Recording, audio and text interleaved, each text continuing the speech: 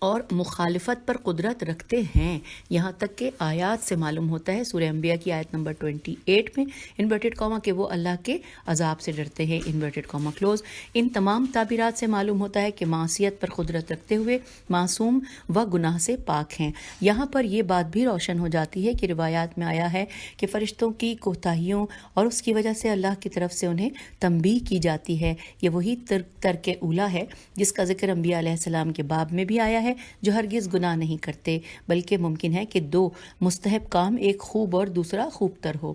اور اب آخری ہیڈنگ، حاملان عرش کا مقام معرفت۔ اس حوالے سے لکھا ہے وہ تعبیرات جو اوپر کی عبارت کی ذیل میں ذکر ہوئی ہیں، ان سے اچھی طرح معلوم ہوتا ہے کہ اگر حاملان عرش الہی اس عظیم کام پر معمور کیے گئے ہیں تو یہ ان کی قدرت و طاقت کی وجہ سے نہیں ہے، بلکہ ان کی خدا کے بارے میں معرفت کی وجہ سے ہے۔ یہ توحید کا اقرار ہر قسم کے شرک سے دوری کا نتیجہ ہے کہ اس عظیم ذمہ داری کے لائق قرار پائے ہیں۔ یہ بات در حقیقت تمام بندگان خدا اور خصوصی طور پر بنی نوع انسانیت کے لیے درس عبرت ہے۔ تو یوں سامعین، ہم نے یہاں پر 8واں حصہ مکمل کر لیا۔ پہلا خطبہ ہے جس کے ہم ٹوٹل 15 حصوں پہ مشتمل یہاں پہ تفصیلات جانیں گے۔ ہم نے اس ریڈنگ کی نشست میں 8واں حصہ مولا کے خطبے کا مکمل کیا، تفسیر، شرح اور اس کے نکات بھی۔ اجازت دیجیے، خدا حافظ، فی امان اللہ۔